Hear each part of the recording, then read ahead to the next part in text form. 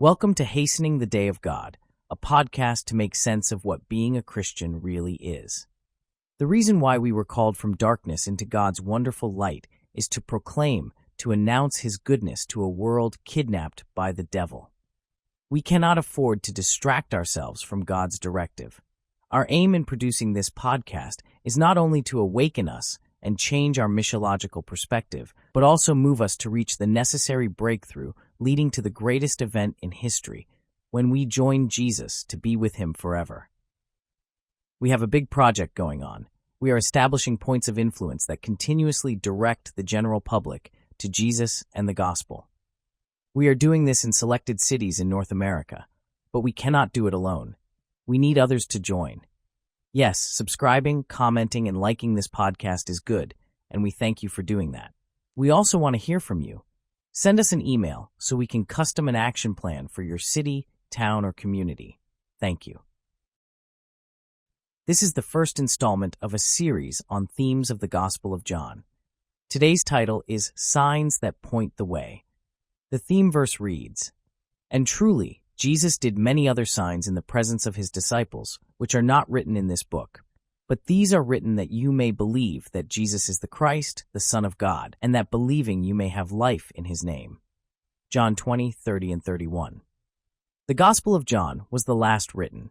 It's very different from the synoptics, Matthew, Luke, Mark. Not only the language and the tone, but also the stories selected for that gospel. Through this series, we will discover the missiological gems. In His wisdom, God saw appropriate to provide us with 4 unique perspectives on the story of Jesus. Each one emphasizes a different aspect that resonates distinctly to different readers. God meets us where we are. According to the theme verse, John made a careful selection of the events and teachings in Jesus' life. He wanted to emphasize the fact that Jesus is the Christ, the Son of God. The story of Jesus' first miracle in the Gospel of John, turning water into unfermented wine, offers us a few lessons. 2 of them are trust and obedience. Mary's faith in Jesus and her instruction to the servants to do whatever He tells you, John 2:5, highlight the importance of trusting and obeying Jesus, even when the outcome might seem uncertain. How is our trust in Jesus? Are we prepared to do as He says? The other one refers to manifestation of glory. The miracle at Cana was the first sign through which Jesus revealed His glory, leading His disciples to believe in Him. This underscores the purpose of miracles in pointing people to Jesus and strengthening.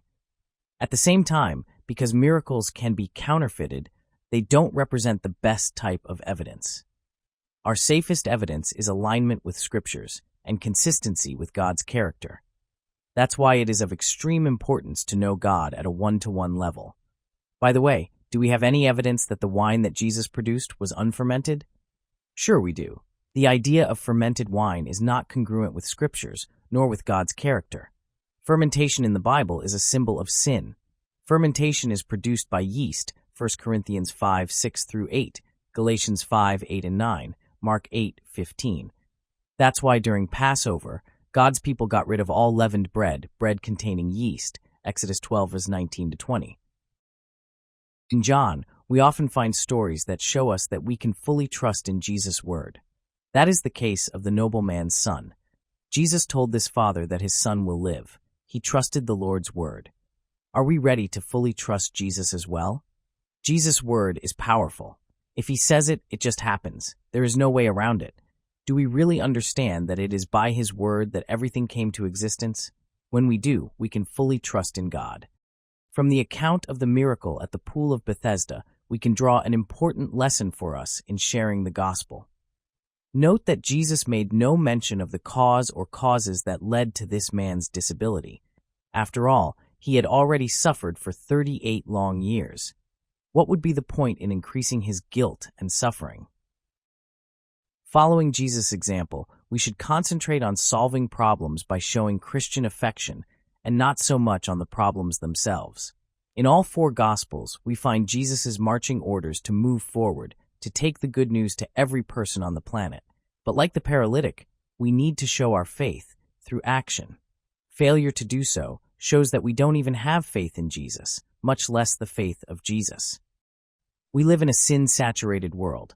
When we disregard God's instruction, our risk of falling in the enemy traps increases substantially. We can see this exemplified in the way religious leaders constantly harassed Jesus. Despite his warning in John 5:42, "I do know you people. I know that you have no love for God in you," they fell right into the enemy's trap. Because they didn't accept Christ as the Messiah, nor his divinity, they didn't receive his teachings about the Sabbath that he himself had created.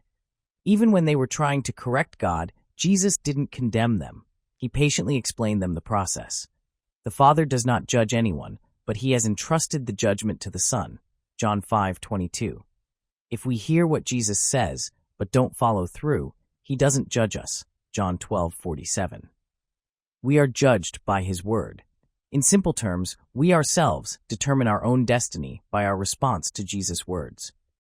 Now, applying the above to our own reality, could it be that like God's people 2,000 years ago, we believe in God, we have the right teachings, but fail to completely follow Jesus' instructions? What about that part where he tells us to be his messengers?